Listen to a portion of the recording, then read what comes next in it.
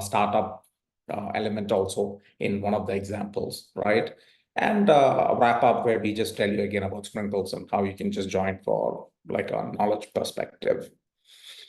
So diving right in, Gulnar, was your poll now or later? A little confused. So you're under mute. It was after the slide, but I'm going to launch it now since you asked. So Yeah. So Okay. guys, I'm just going to launch a poll. Please, I would appreciate all of your answers.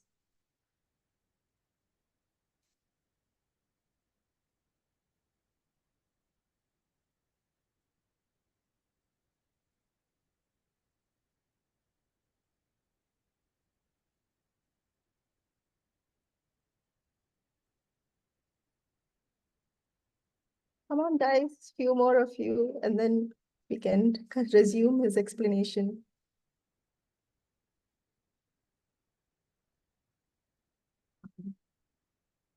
So I think it's clear that most of us started making one and then got overwhelmed. So hopefully Fazal's explanation will help us understand this more. Thank you so much, guys.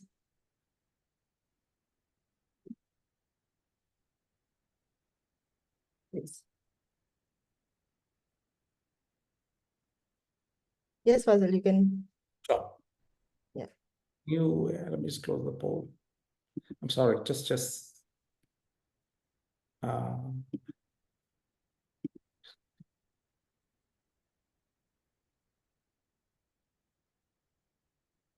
so essentially a budget is a business document that, provides a business with an estimated outlay, that's required to achieve its goals, right? It serves as a roadmap for managing its finances, helping allocate resources, controls spending, and ensuring that a business stays on track to meet its goals, both financial and otherwise.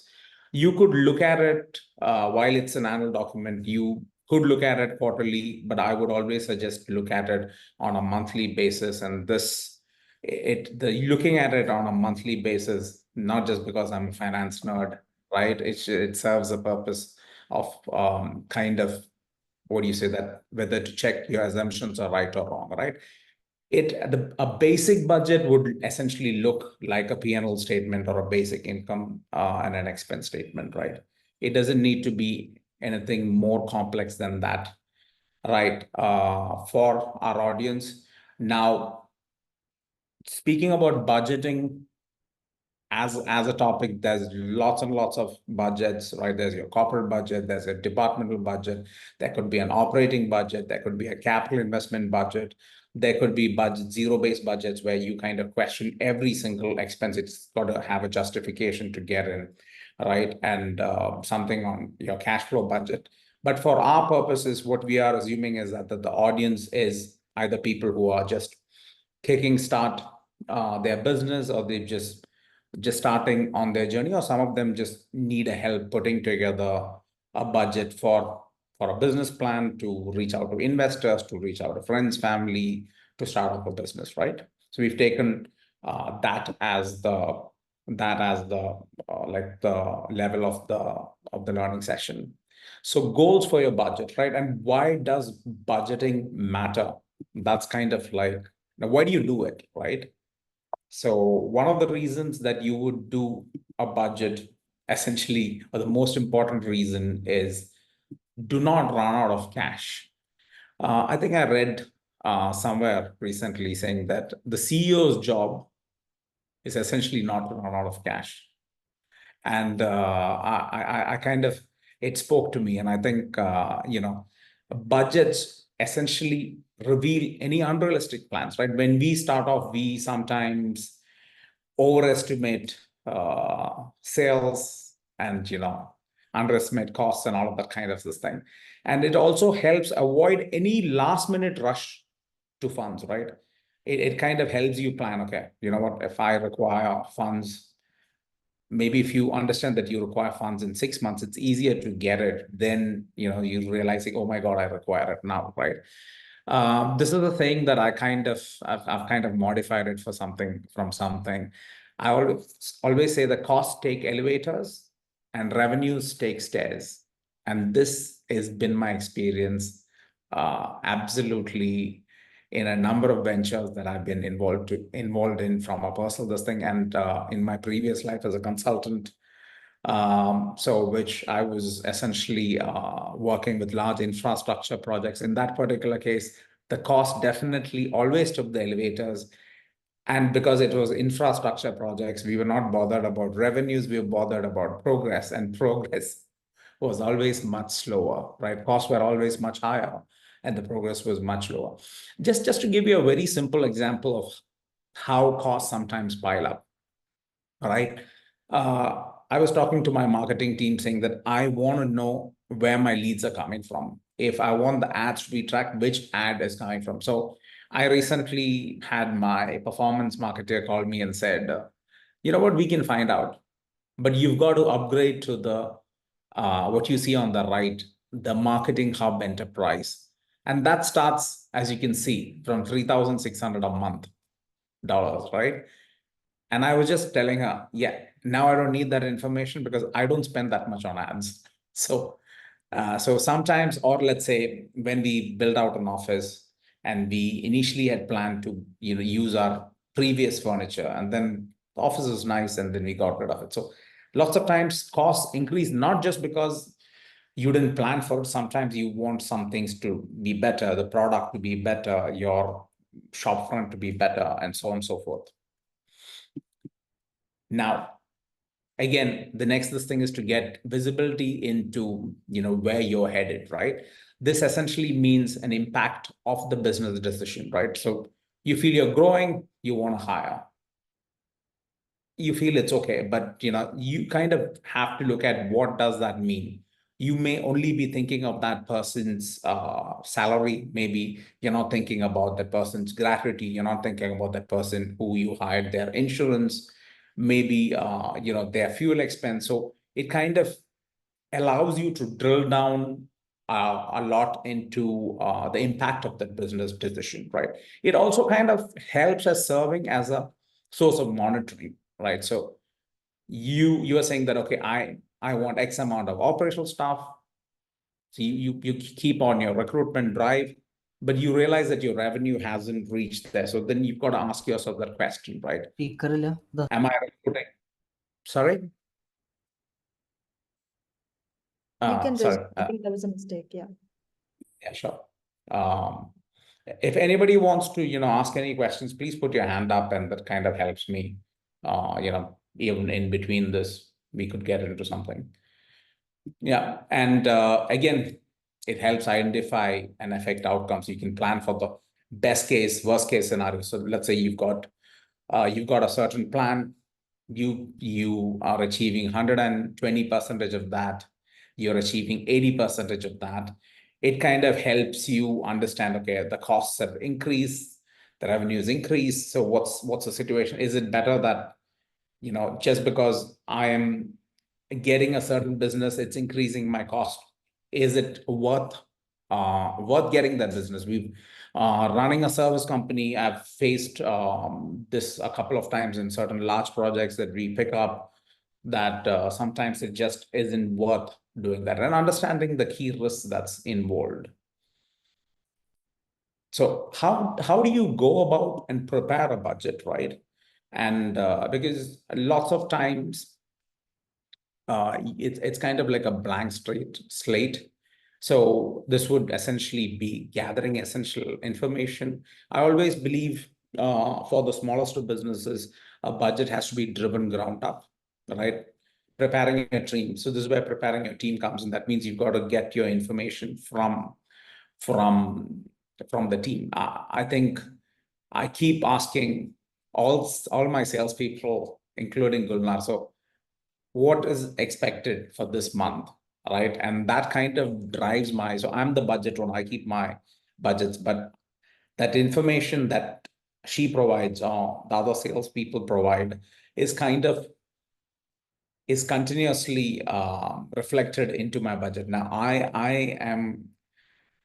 I prepare my budgets literally on an unhealthy basis, right? Like I am constantly looking at it. I look at it more than a couple of times a month. And I wouldn't suggest that, but looking at it once a month is definitely something you've got to absolutely look at, right? Again, setting realistic goals and assumptions, right?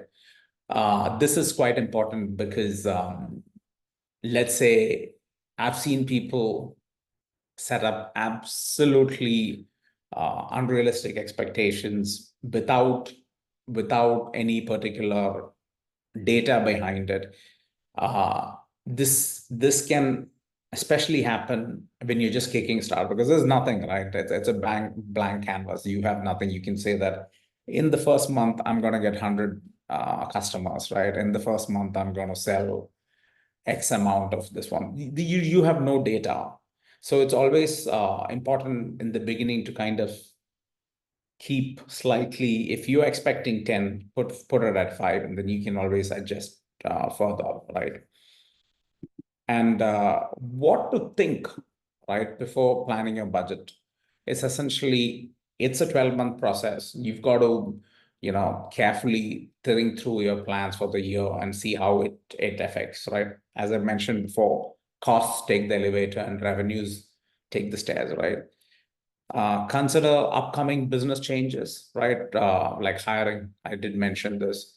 If you're moving offices, exhaustion of business licenses, I think what happens is all the business free zones and all of them have this habit of the first year they've got this hook, they run some sort of an offer first, I don't know, 1 year, 2 year, and then the license cost and every cost jumps, right? Lots of times when we are planning for that, we may not plan that, especially understanding what sort of subsidies. From a tech perspective, I am a Microsoft founder. That means I don't pay Stripe charges for 2 years, but that's going to go away, right? So it's essentially, to be aware of this is quite important.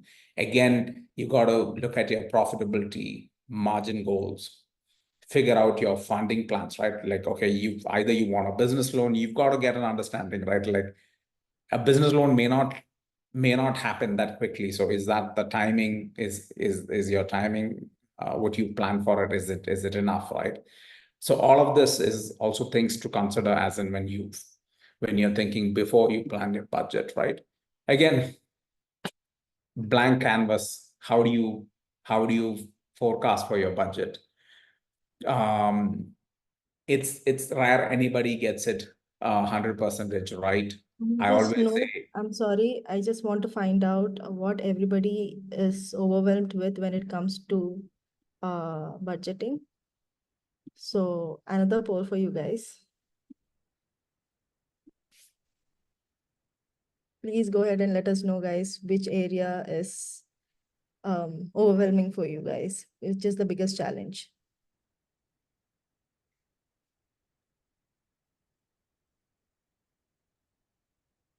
I think the budgeting phase itself is overwhelming, actually.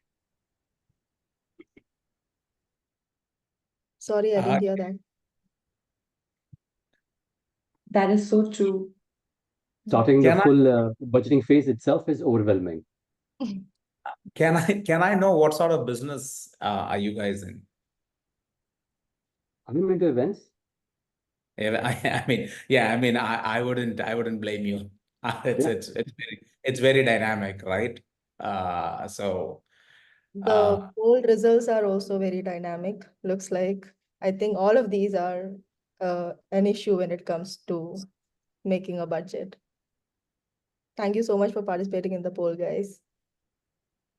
I mean, I just think managing unexpected costs and accurately predicting expenses, and they just don't know where to begin. Okay, so I'm going to tell you a story about how this forecasting is just not easy for even the largest of companies. Years back, there are major two beverage providers in this nation, right? Who provide beverages, and I was helping them with their optimizing their supply chain. While understanding their process, I was just sitting with one of the supply chain managers, and he was just like a key account manager, right? It goes from the key account manager to the supply chain, and the key account manager was saying that, this account, this, and so on and so forth. And while I was sitting and observing him, and I said, hey, in that logic, shouldn't this be that, right?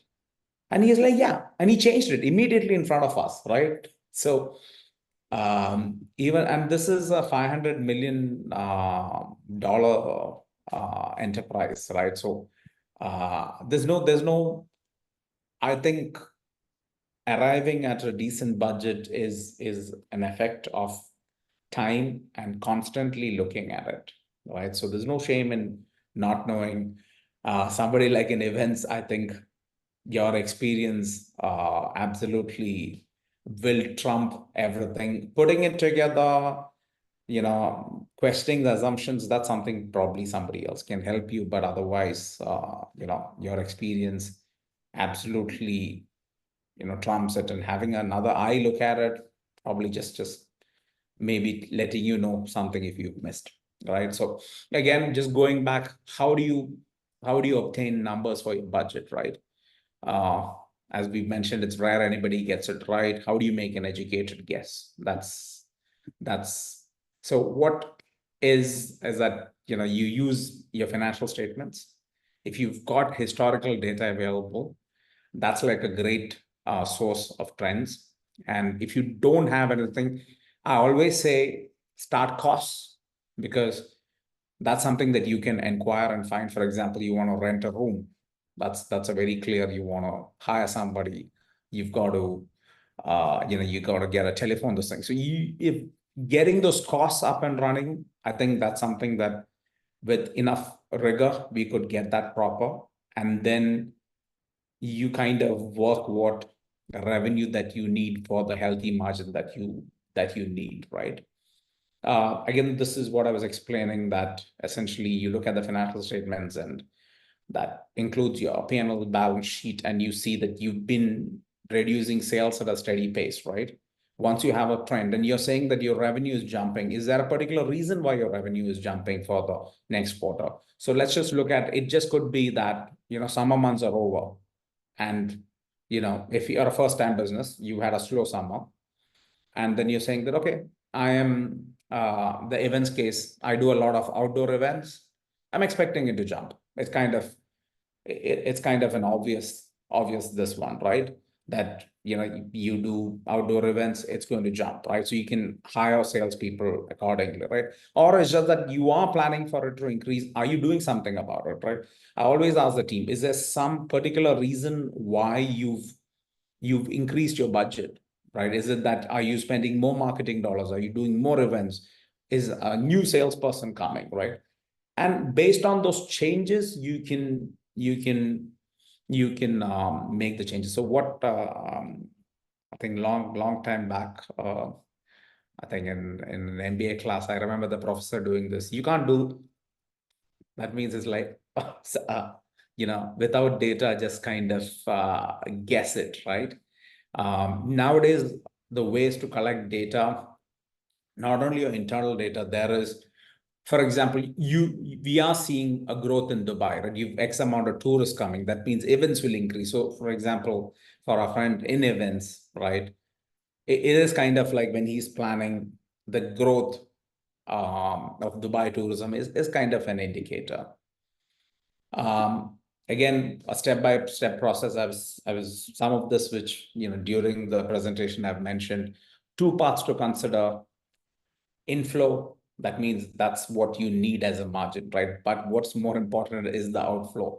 To understand the outflow, and that'll kind of help you, because that's something that's super clear in terms of what sort of outflow goes in, and that you can kind of get it absolutely bang on, right?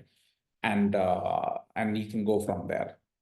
Again, just going to some of those key terms for you to understand. This is for people who have their financial statement. So revenue, this is your company's income. This can be money from sales. If you have income from any other sources, rent from your property. Cost of goods sold is essentially whatever you spend to create that product. It is direct cost, right? Let's say you're making a biscuit. It's all the cost of the packaging, the material that goes into that. Gross profit is essentially your revenue minus your COGS. Payroll expenses, again, besides your salary, this is health insurance, if there's paid time off, right? So this is something, while preparing this, I realized that I did not include that, right? So some of those resources are not going to be available, and non-payroll expenses and operating income and loss, right?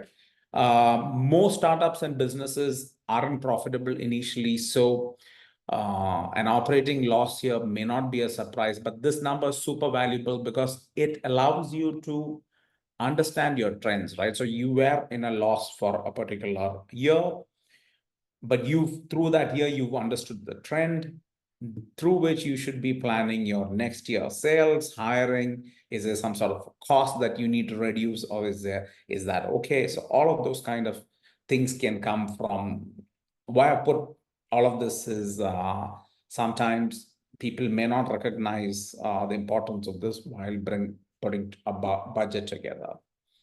I've just put together a very simple scenario for a furniture store. It's just showing like you want to go ahead and set up a furniture store, right? So how do you budget for that, right? You got to look at what's the setup cost, right? So setup costs are these one-time costs that you would incur. So that would basically include like a showroom or a warehouse. You would have like a location. I mean, sorry, what I meant is like the first year rent, deposits. Then you would look at the fit out and interior design. You've got your initial inventory because you've got a showroom and a warehouse. You need to have like an initial set of inventory that people would look at. Then there would be your website development, your e-commerce setup, a branding design, miscellaneous things such as maybe a software to manage the inventory, legal accounting, other miscellaneous this thing. And I always say you've got to pad up your budget with a 10 to 15%, because that's definitely not having a contingency of 10 to 15% means your budget is not accurate because of various reasons, because there's certain costs that we will not see. And monthly expenses, again, rents, utility maintenance, ongoing replenishment of goods, right? So you've got you got some sales going, you see some trends that people like certain products, you need to source that. You decide, okay, digital marketing, you want to put up some kiosks, pop-ups, staffing, other operational costs such as insurance, miscellaneous, and the working capital, right? Essentially, this is how you for a furniture store. Let me just share something else. We would be sharing a couple of budgets, essentially templates and all of that. Can you guys, Gulnar, can they see are they able to see? Yes. So this is just like a very high level. What we've done is that we've just taken that scenario and we've just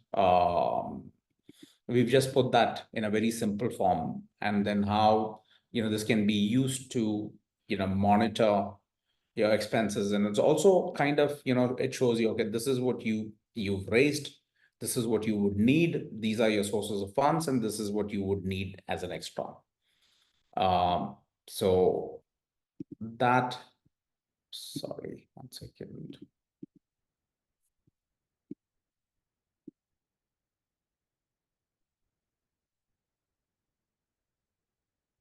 Sorry guys, just give me a minute. 1 second.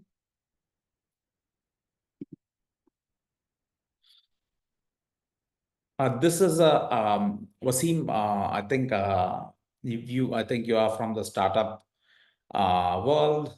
You can take a look at the example of the forecasting that what we've done. You've got your subscribers, you've got your total subscribers, you've got churn, right? Churn as in you have certain people drop off. You put an amount to it. You put any other kind of other income. You arrive at a total expenditure. And then if you look, the expenses are divided, right, into people, establishment, licensing, technology, marketing, and operations, right? And what I've done is, as you can see, each of these have individual tabs connected to them and costs are pulled from them. And that's how we arrive at the number. And if you go below, we're looking at actual customers, variance, actual revenue, variance, plan burn, actual burn rate, cash in hand, and runway, right? And what I've also done is that I've just, exploded the section on technology. So that's your development tech, APIs, your servers, your CRM, your email marketing software, other software, meeting software, LinkedIn premiums, Slack, Zoom, Gmail, your cybersecurity, your domain, your system rentals, purchases, and so on and so forth, right? And so this is kind of another way where you can kind of monitor this on a monthly basis. And it's a bit more detailed. Essentially, what happens with startups is that we've kind of got to monitor this at a bit more of a micro level, because it takes time for revenue to come. So that's why the cash in hand, burn, and runway. Runway essentially means the X amount of months of that you have to run your operations. And yeah. Wasim, did you have, sorry, I'm speaking off the screen. So did you have any doubts in and around this? This is essentially like a forecast also. Nothing so far. Okay. And do Anyone reach who out has if you, question? sorry, do reach out if you have any specific doubts, right? Because this is kept at a very high level too. Anybody else who has a question that's specific to their business, please do ask. And just a lovely piece of information. Usually people say, how often do you look at your budget, monthly, annually? Abdul Ghafoor here looks at it every week, maybe every 2 days. So, which could be an unhealthy amount, but yeah, it's just goes very important to stay on top, and yeah.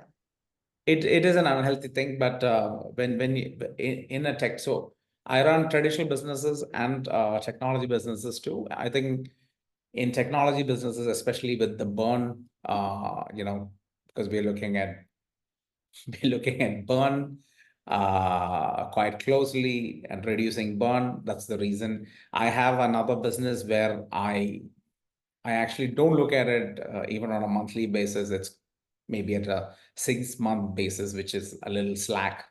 And so it's essentially there's no right and wrong way. I would definitely suggest looking at it on a monthly basis, and that's an absolute need. And I would also suggest a budget needs to be closely looked, not when you're just starting off, also when you're growing phenomenally, right? Because when you're growing, there is a whole sense of elation. Everybody is quite happy. You accumulate costs really quickly. You kind of go ahead and spend money on, a lot of, I don't know, like publicity, on additional software, on foosball tables, to table tennis tables, to cakes and water and so forth, right? So it's even during a stage of really rapid growth, you got to take a look at it. Again, this is just like a very simple this thing, and how you can keep things accountable. So you actualize the budget with the last month, and you kind of diagnose areas of both over and underperformance, right? Versus the plan. You identify implications on what transpired year to year. Maybe month to month, you're not able to understand. You could look at it from a quarterly basis, and you kind of need to revise the next year's plan. Or because when you're small, for the larger companies, so let's say companies such as these large FMCG companies such as Ricket, Unilever, and all of that, their budgeting is on another level. The level of detail that they go into is so microscopic, and these business plans get reviewed even at such large organizations that are very high frequency, essentially. And yeah, so this is just showing you an accountability through the year.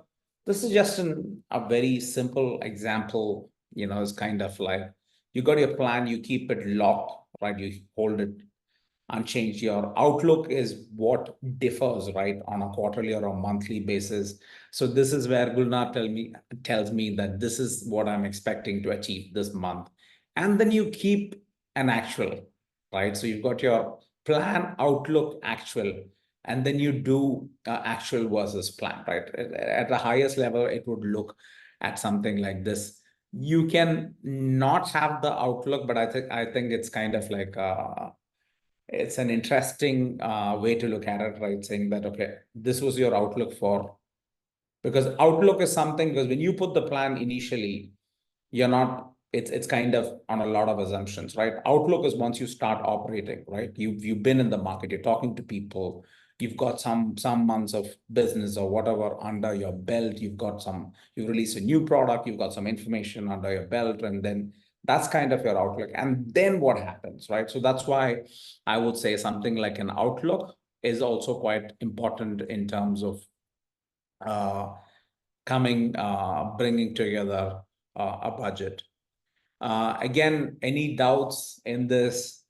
I don't think a lot of people talk about something like an outlook. I would urge any of you, if you have a doubt, to please do ask anything that's specific to your business. We understand it can get quite confusing. So, yeah.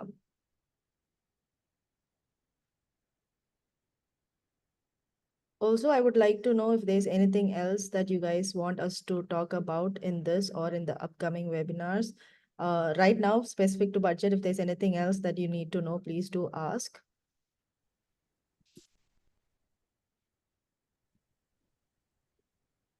Again, this is just a sprinkles page, which is essentially a learning page. Like I always say, there's absolutely no sales, no promotion kind of activities in that. Feel free to reach out there. Let us know that you want more detail, right, in terms of, or you would want lesser details. There's a certain other topic that you want us to talk about. So last time we talked about putting a business plan together, right? So like a budget.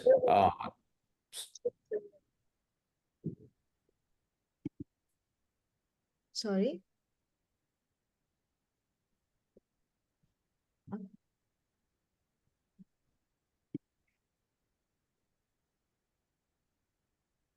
So, I'm just going to continue where I stopped. So we have some templates that can help you guys plan your own budget. We are quite happy to share that. You guys can either put it here in the chat or let us know in the Sprinkles group if you want any of the templates.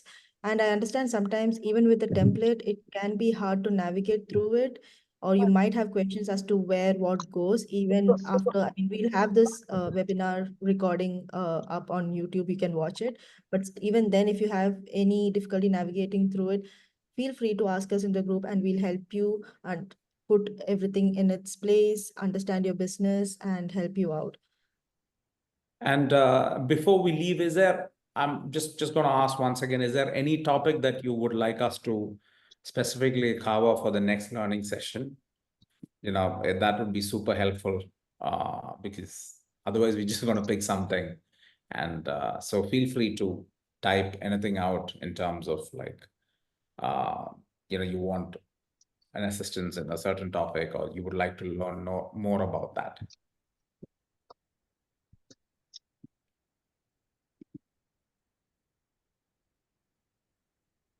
I think, Abdul, your next session should be on managing the 2 Bs of business: budgets and blood pressure.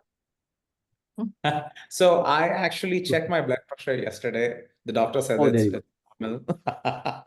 It's normal, but I would love to do something on marketing or sales or anything of that sort. If you guys want to talk something about, because Sprinkles isn't just about finances, right? We would love to talk about payment channels. We are talking about the POS systems and so on and so forth, right? So please go wider. So now a gentleman, I think, is mentioned, Fahim is mentioned, marketing or staff management. Staff management is a very interesting topic. Let's see if definitely marketing is in the agenda. It's one of the topics that we are planning to talk about. We've created a template on your spend economics. If you're spending online, it's like a digital template on spend management on digital spend. We have a template. Cash flow statement, quite happy to do that. That's I think we That's all actually in our, yeah, it's in our plan to do a cash flow statement. And so the cash flow statement would be a much shorter one, like maybe like a 20-minute one, because it's not such a large topic to spend. I mean, you could spend an hour or more. we have some options of market validation and KPIs as well, if you guys find that interesting. Sure, this is all good. So Anupama, we've got an Excel sheet with the payment gateways and what it is, and we can Yeah, we can share that with you, yeah. KPIs definitely. So I think KPIs that a small business should monitor, like the absolute KPIs, right? That they should keep in mind. I think we could do one session on that. What's it, guys? Cash flow statement and like the list of KPIs. It just doesn't need to be limited to finance. We just do like a firm-wide KPI thing. Does that sound like something that you guys would be interested in? Yeah, feel free to just raise your hands, and so that yes, okay. Sales budgeting. Sure, sales budgeting. Gulnar, somebody's got sales budgeting. I think we have a small document if we can get that across. Yeah. Yeah. I think even in the group, if you guys could mention what all you need, like you have your problem areas, sometimes we already have those templates or the sheets ready. We could just share it with you and you can use it as a resource. I'm going to note everything that you guys have said so that we can use it going forward as part of our learning hub. For now, thank you so much, guys. It was lovely to have all of you here. And we hope you found this insightful, and we understand this was just a high level foundation sort of approach to it. It can get really, really detailed as well. So if any of you want that, do let us know. We can share templates and information, or you can always get in touch with us and have a one-on-one call where you just discuss. Quite happy to help the community. Thank you so much again, and all of you have a lovely night. Thank you. Thank you. Bye. Thank you all. Thank you, Gulnar. Thank you, Abdul Ghafoor. It was a lovely session. Thank you, Dua. Thank you, everyone.